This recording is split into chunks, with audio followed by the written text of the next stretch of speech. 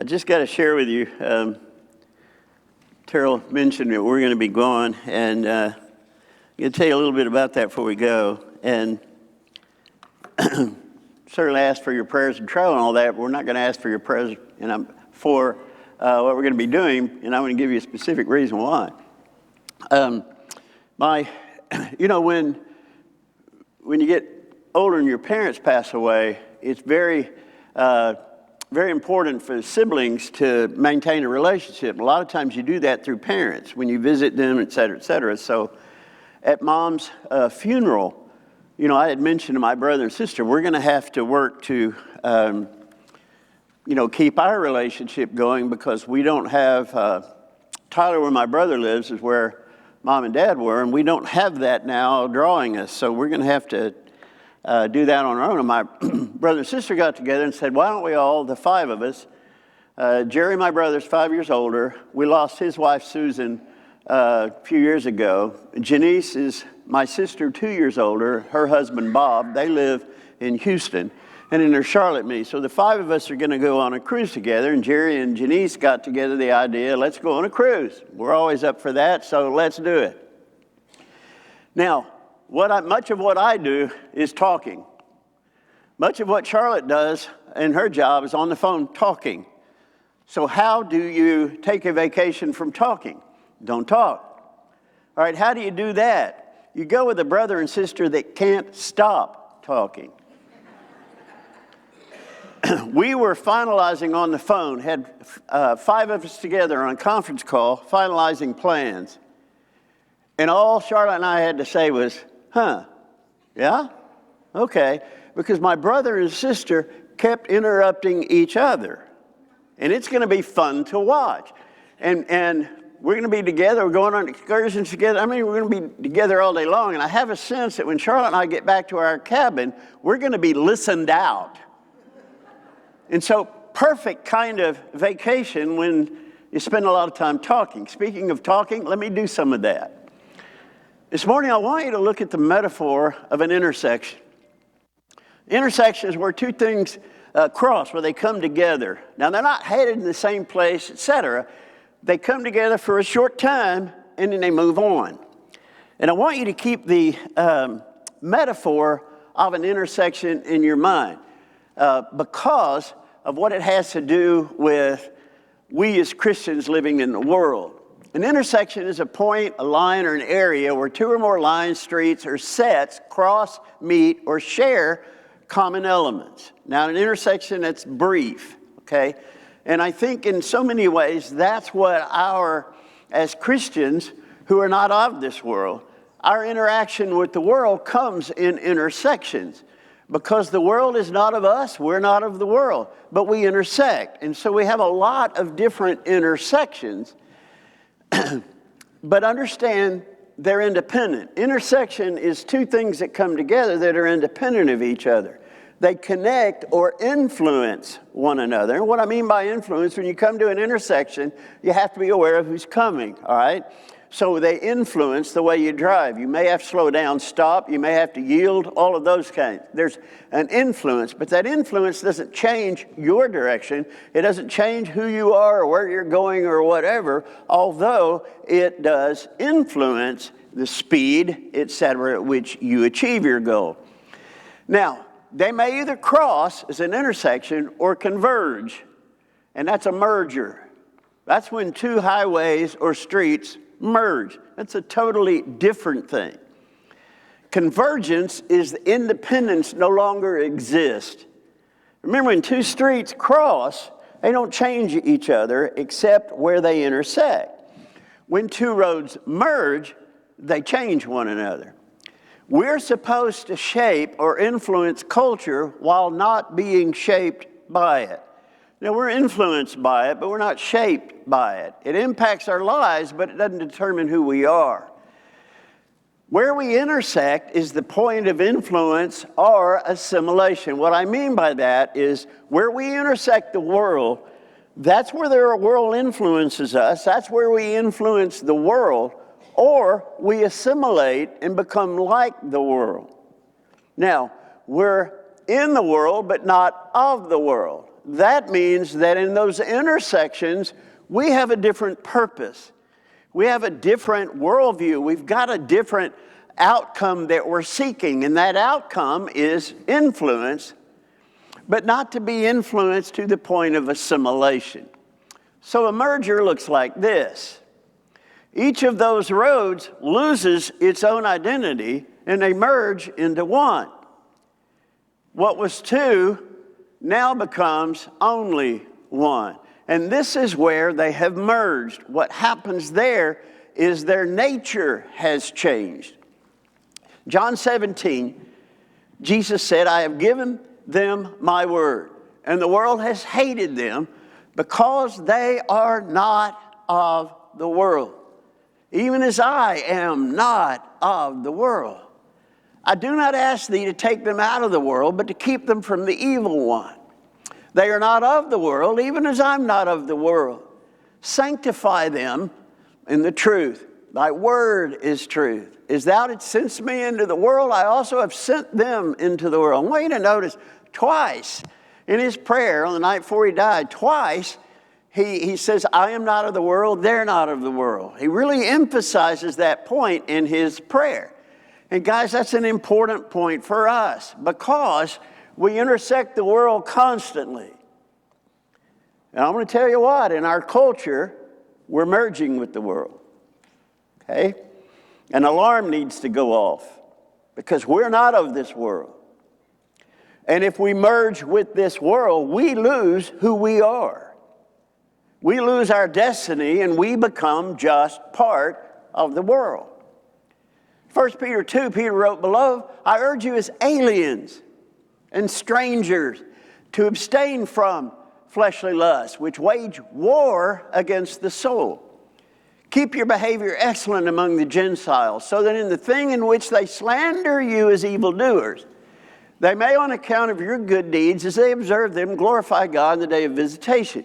See, you're a stranger and an alien here, and you should feel that. You should feel strange. You should feel out of step. You should feel like an alien. This world is not my home. I don't really belong here. I don't really fit here. And you're going to be viewed by people. You're going to be viewed by the world. When you intersect the world, you're going to be viewed as weird, as strange. However, in your strangeness, they will begin to come to see God. And that's why he's saying, even those who consider you evildoers, when they see your good deeds and observe them, they'll ultimately glorify God. You see, it's not until the world sees our weirdness that they're going to see God, because God to them is weird. But when they see his weirdness in a good way in the flesh, that's you and me, that shows them God. That's the beginning of them coming to God. That's the beginning of the influence rather than the assimilation. And he came and preached grace to you who are far away, and peace to those who are near. For through him we both have access in the one Spirit to the Father. So then you are no longer strangers and aliens, but you are fellow citizens with the saints and are of God's household. Now, he's talking from the opposite perspective. In the verse that we just looked at, he said, I want you to view yourselves as strangers and aliens in the world, to the world. When you were with the world, you were alien to God. You were strangers to God. And now you have become part of his household and saints. So we're either strange to the world or we're strange to God. We're either aliens to the world or we're aliens to God. And whichever one we are, we don't fit in the other. Now we came from the world in which we were once friends. We were once the household of the world. And we left that to enter the household of God. And so now to those we have left, we're strange. We're aliens. We're weirdos. And that's okay. Because having come from the world, we understand how they look at us.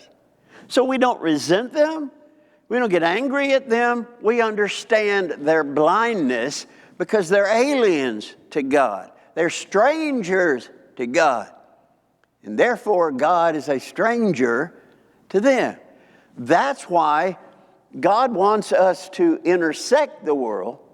He wants us to be involved in crossroads, but at the same time, we've got to be very careful about mergers, because that's where influence goes the wrong way. 1 Peter 2, you're a chosen race, a royal priesthood, a holy nation, a people for God's own possession, that you may proclaim the excellencies of him who's called you out of darkness into his marvelous light. For you were once not a people. You were once nobody.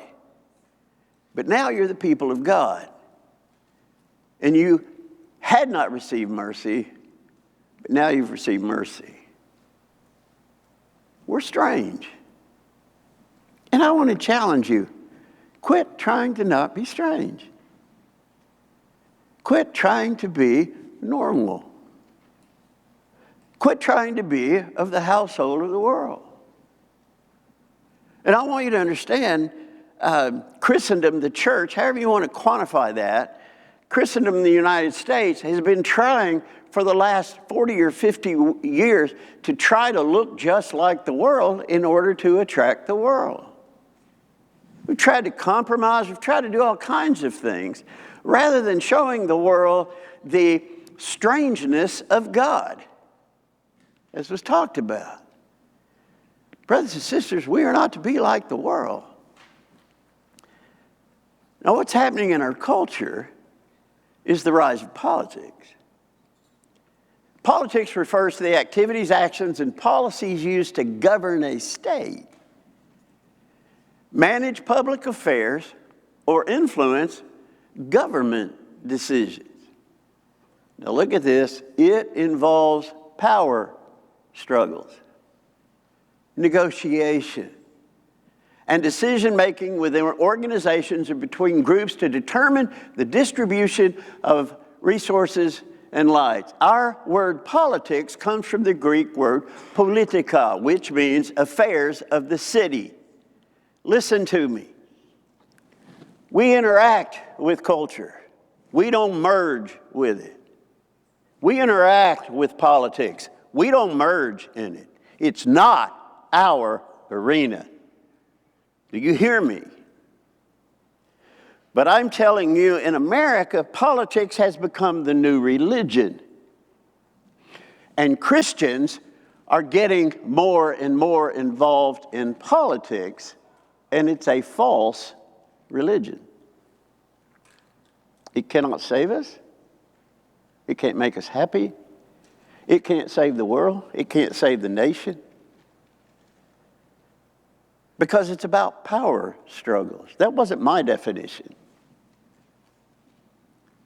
It's about negotiation, which means compromise. And we understand that, don't we? That's what happens in Washington, isn't it? Compromise. That's how you achieve your agendas, isn't it?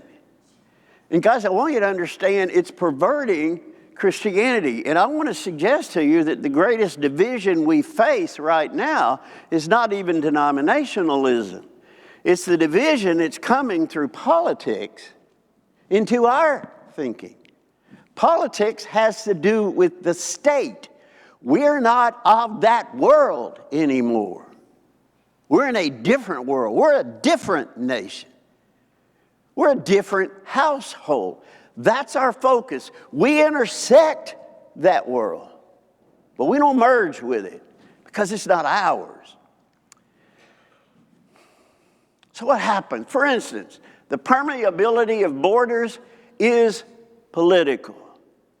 Why? Because God hadn't spoken about it. Yeah, we can have discussions about how to treat people, but borders don't mean anything. They don't mean anything to God. I was shocked when, at age 8, first time I ever flew, went to my grandfather's funeral in Tennessee from Houston, Texas. And when the pilot announced that we were leaving Texas and flying over Louisiana, I looked down and there were no lines. And I'd seen maps my whole life. I'd seen globes and there were lines. There were no lines because it's arbitrary. Because it's human to sun, there are no lines. It all just one run-on piece of ground. And you see, we construct ideas like borders, and I understand what they mean. But then we start arguing about them. Then we start arguing about the permeability, and it has nothing to do with the kingdom. It has nothing to do with the nation we live in, and the nation we live in is God's household. Where we reside is where we intersect the world. Are you hearing me? Are you angry yet? If you're angry, this is the problem. Politics has working because our nation has rejected quote-unquote religion, and I'm going to use a different word because I don't like that word, because religion is even debated. What's that mean? It's permeated our culture to where, in our culture, if government says abortion is legal, then it's okay. That's politics. But it's not truth. And that's the problem with politics, okay? National identity is political. Gerrymandering is political. There's so many things, and there's a lot of things I could delineate that are political, and we forget they're of the world. They're part of what the world struggles with. And let them struggle. That's not our intersection with this world that we have been called out of. Politics intersects godliness when nations attempt to define morality outside of God. I'm going to say that again. Politics intersects godliness when nations attempt to define morality outside of God. Thank you. I want you to understand my use of the word godliness. Godliness pertains to God. Politics pertains to the city in the original meaning of the word. There's godlessness and ungodliness, and I understand those words, but I don't want to talk about religion, I want to talk about pertain to God, because even religion doesn't get that right. So I'm not talking about politics versus religion. I'm talking about politics invading God's area. God hadn't determined where borders should be or how permeable they should be. God hasn't determined where lines should be drawn on voting and all of that. He doesn't involve himself in that because it has nothing to do with his mission with us. But when nations start saying this is acceptable, when God has said it's immoral, the state is now invading godliness, God's arena, God's sovereignty, God's kingship, God's presidency, God's Supreme Court, God's House of Representatives. He has that area that only He can determine. Do you pray for our Supreme Court? Every one of them professes God. 6 of them profess Christianity. 3 of them are Jews. They all profess God. And you know as well as I do, they have the audacity to venture into matters of morality, such as abortion. How dare they do that and profess God? That's God's. But you see, then it becomes political if they say it. It is not political. It's godliness or ungodliness. Because He said it. And this gets into the area that He's involved with, because this has to do with the salvation of humanity, and that's what He's striving to do. And out of that world of battling all of those things, you and I have been called into a world of godliness.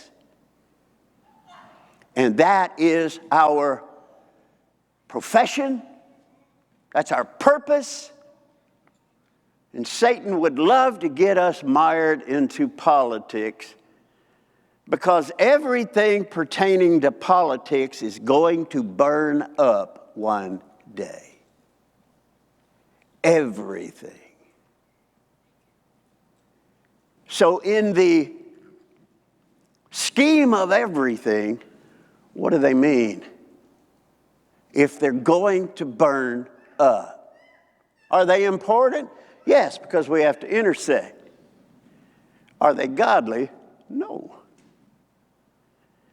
Are they our focus? So the intersection of politics and godliness, abortion is not political, but it's being debated as if it is. It's being debated if the Supreme Court will either overturn what they've overturned, then we can have truth, we can have right, we can have laws, and we can do what we do lawfully. Listen to me. It is a violation of God, regardless of what courts say. This nation can pass a law that it is okay to kill me based upon anything chosen. That's what the Germans did. It's illegal to be a Jew, punishable by death. And they had the audacity at the trials at Nuremberg to say, we were a sovereign nation. We have a right to set the laws for our people, and nobody else can tell us that our laws are right or wrong. You know what the response was? There is a right and wrong that transcends human agreement. That's God. What they were saying was, you guys have marched into God's area. And we are going to judge you, and we're going to hang some of you based upon God's arena. This is not your arena. You have entered into something else. You go ahead and establish your currency. You go ahead and establish your speed limits. You go ahead and establish all of those things that have to do with the state. But you get above that, now you're in God's business. And as His servants, we're going to try you. And if found guilty, we're going to hang you. Because you violated a law that is above yours. You see, abortion goes against God because it's not your body. It's God's. That's a God thing. That is a God arena. And under abortion, I want you to see, when I say godliness, I mean pertains to God. It's a godly concern. It emanates from God. It's God-based, not religion-based. Because humans corrupt that. It's God-based. Gender's not political. It's godliness. Now, you debate it and violate it, that's ungodliness. God established this. He did it in Genesis. And I want to tell you, it's an affront to Him because I made you to reflect me. And if you reject that, you're rejecting my creation. That's godliness. And we debate it as if it's political. And some of us do too. Gender's not political. It's godly. Marriage is not political. God established it. And He said He did. And He said, let not what I put together, let not any man break that asunder. Let not any man try to redefine what I have created and what I have established and what I have sanctified. But you know, if the laws of politics change, then it becomes okay, doesn't it? No. No. Because we are not going to merge God's nation with an ungodly nation. We are going to interact. We're going to intersect. But we're not going to merge. And it's okay if we're weird because we don't. Rioting is not political. It's about God. The respect for authority, demonstrating even to the point of being persecuted by authority. That's what Paul did. That's what Peter did. That's godliness. That's how you're treating God. That's why we honor those. That's why we honor our parents. That's a godly issue. It's not political. And it's important we know the difference because the world doesn't. Now, there's an intersection. Look at the footnote. There can be no merger of politics and godliness. And it's not your body because all things have been created by him and for him. Colossians 1:4. It's not your body. So there's no debate. There's a political debate, but there's no debate. Because you're in the wrong arena to discuss this. This is matters pertaining to God, not Congress. They can't legislate. And pray for your Supreme Court because they're going to stand before God for legalizing things that he has denounced as sin. And they have. And God have mercy on their souls, and God be with all of us. Because as soon as, and it seems like even in a political discussion, on January 21st, 1973, to abort a child was murder. The next day, nothing about the process had changed. The next day, it's acceptable. And who addresses the absurdity of that? I can be wrong that day and right the next day. Nothing has changed. You know what's changed? Politics. Not God. But that's a godly issue. It's not a political issue. Now, I want you to understand the demise of religion in our culture. American morality has historically been somewhat reflective of godliness. Our laws came from Judeo-Christian heritage, but we have not always gone in line with that. In Nevada, we make prostitution and gambling legal, and we've not always gone with it. They reflected to a certain extent, and then we decided to get all political and go our own way. American morality is not based on or enforced by godliness today, right? You can't take your Bible into the courtroom and say, he can't do this, or it's okay to do this because God said. They will say, no, we've got a separation of church and state. We'll go political. And they do. In the past, godliness dictated moral politic to a certain degree. Politic has now ousted godliness. It has become the determiner of what is right and what is wrong. Right and wrong are morality. Moral definitions are being arbitrarily made in political realms. And as I mentioned, ironically, all 9 Supreme Court justices are believers in God. God have mercy when they stand before him. Having professed him, but they will tell you themselves, we all believe in God. Listen to this. We cannot use his testimony as the basis of setting laws or upholding laws. Then what is your profession? What is the meaning of your acknowledging that he is your God? When politics merges with godliness, godliness will die. Because politics is about compromise. And God does not compromise his principles. He doesn't compromise his morality. And that's why he doesn't get into the political field. Because it's all about compromise. It's all about, well, let's come to an agreement on it. No, there's no agreement. You either accept what I said or you reject it. There's no, you agree with it. Because it's not about your opinion. The culture has accepted the merger of politics into godliness, and now the culture lectures us. Culture lectures us on what it means to be a moral marriage, on what it means to be a moral gender. They lecture us, and they're not even in the right arena to have the discussion. You're in God's arena now. And you're talking with God's family. The merger is having a profound divisive impact on Christianity, more so than Christianity right now is impacting culture. God have mercy on us, because it's impacting Christendom. And you see the division and the arguing every day on social media, if you're on there. Christians arguing politics.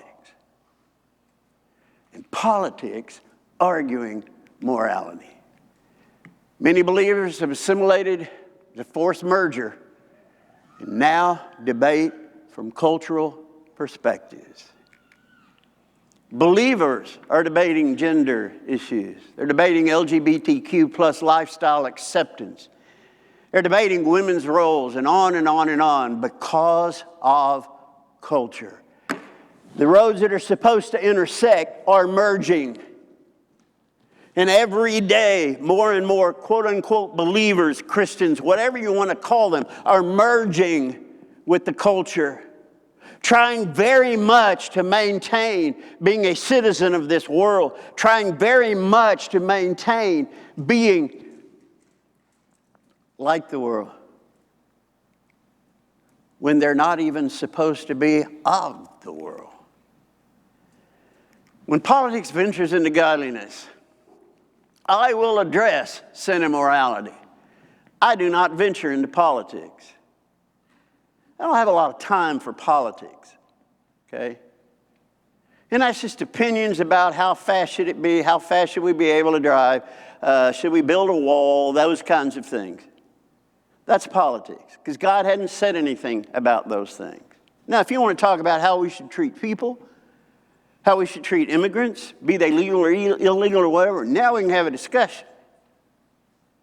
Because God talks about how to speak to one another, how to treat one another. So I don't talk politics. What I do discuss, like I am now, is when politics has the audacity to enter into the areas of godliness. Then I must respond. Because I am not to merge with the world. And I'm to challenge you to not merge with the world. And I have to intersect with this world. And I have to be aware, like you have to be aware of what's happening in our culture, because our culture has gotten rid of religion and is now trying to move into godliness. I will address that, because that's our area, that's our family, that's our nation. Brothers and sisters, as much as this may hurt you, our nation is not the United States of America. Our nation is the holy nation of God. And that unites us with every person like that in the world, regardless of where their quote-unquote home is.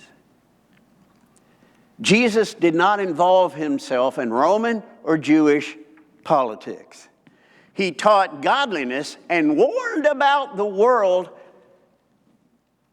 getting politically encroaching upon that godliness. He warned about the world's impact on godliness. He warned about the Jewish impact on godliness in that day. He did not get involved. What he did was, I render unto Caesar what's Caesar's and God's what is God's. I know the difference between intersection and merger. And we can't be different. We can't be a light unless we do that.